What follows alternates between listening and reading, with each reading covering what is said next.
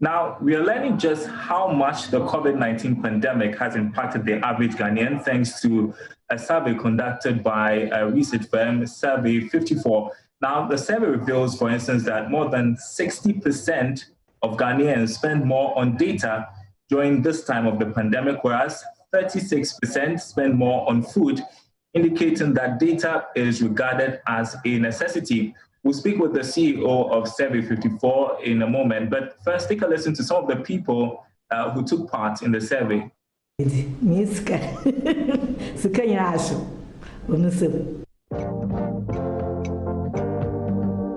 I'm a tour guide, I'm a tour driver, I'm a hairdresser, a dance instructor, and a cinematographer. I'm a model. I'm a young artist. I'm a student. MC for events and a waiter as well. I'm a painter. And I'm a cleaner with school. How COVID-19 affected your livelihood? Before the COVID-19, I think business was booming for we, the Uber drivers. You know, things were going on good. Talking about financial stuffs, everything was fine. Parties, weddings, and funerals. Organize social dance nights, perform at events, parties. After maybe 3 months, I traveled to South Africa. I worked with my agency over there for another 3 months, then back.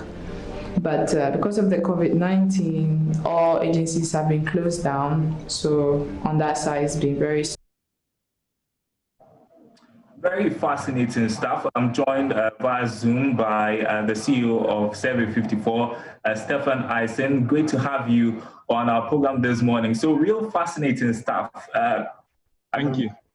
From your survey indicating that people spend much more on this. Yes. Tell me about some of the things that you found out in terms of consumer spending.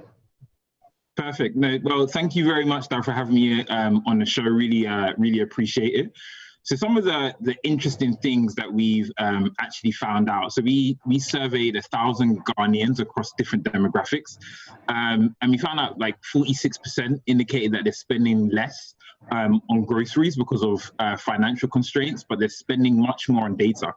But then what we actually did find out is what they're actually spending on. So some of the essentials was stuff such as rice and gari as well. But then also 60% said they're spending more on data and online learning also, which was really interesting. And that we've seen that online learning has taken a spark in actually, while people are at home, they want to learn a new skill, etc. Okay, now, so despite the pandemic, the survey knows that Ghanaians remain optimistic. When asked about personal finances, most of them were not concerned. Yeah, and I think that's an interesting fact actually to bring up. So we had 55% of Ghanaians say that they're concerned actually. So they're actually concerned about their finances. But what's interesting is Ghana, compared to other African countries such as Kenya, South Africa, and Nigeria, found that actually 94% of those were concerned much more than Ghanaians. And I think this is down to a few things, such as Ghanaians said that they actually got help from their local church or local groups that actually helped financially, which was really interesting comparative to Kenya, South Africa, or Nigeria. So Ghanaians felt that they were much more in a better financial position during the pandemic. And what has been the response to our government's approach? Are people confident about government's handling of the pandemic?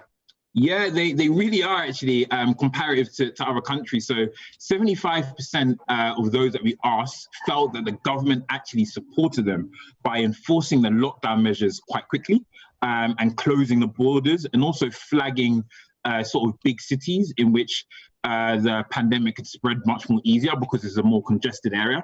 But then also 83% felt that they were well informed about what was going on, about the updates, about the numbers, essentially. So they really feel like the government has supported them. The only thing that we can say that was a negative was that 58% felt like the lockdown was lifted too prematurely. And they felt like it should be, so 68% felt like it should be reinstated. One person went as far as saying that, hey, you know, they started well, but they didn't end well. And I think that's interesting, and I guess it will be interesting to see how this plays out in the next couple of months and weeks. And I can understand why people are quite unhappy that the lockdown was lifted quite early, because right now our case count stands at 15,000 and still counting. Yeah. Yes, it's the reason why people are concerned. So based on your findings, what recommendations are you making? Yeah, so we wouldn't make recommendations to the government as such, but it's more so around businesses, right? We as Survey54 are a voice to the people, right? We want to make sure people have a platform to share their voice and share their opinions. So with a lot of uncertainty, one thing that we would say is that it's the burden for the customers. So for instance, telco companies should maybe offer better plans and incentives. We don't believe that people should be choosing between spending more money on data or spending more money on food. But then also for the business side, where can restaurants diversify? If they're not getting that many orders, maybe they should look into more delivery and logistics services in regards to actually, hey, can I get this from the market delivered to my home, or this from a grocery store delivered to my home? And some of the really key essentials that are needed in their intimate circumstance. So. Great stuff, Stefan. Like you point out, this is great insight, not just for individuals, for the government, but also for businesses who are at this time planning what to do as we continue to deal with the pandemic. I appreciate your input this afternoon. Let's talk sometime soon. That was Survey54, Stefan Eisen. Grateful for your time. Thank you very much.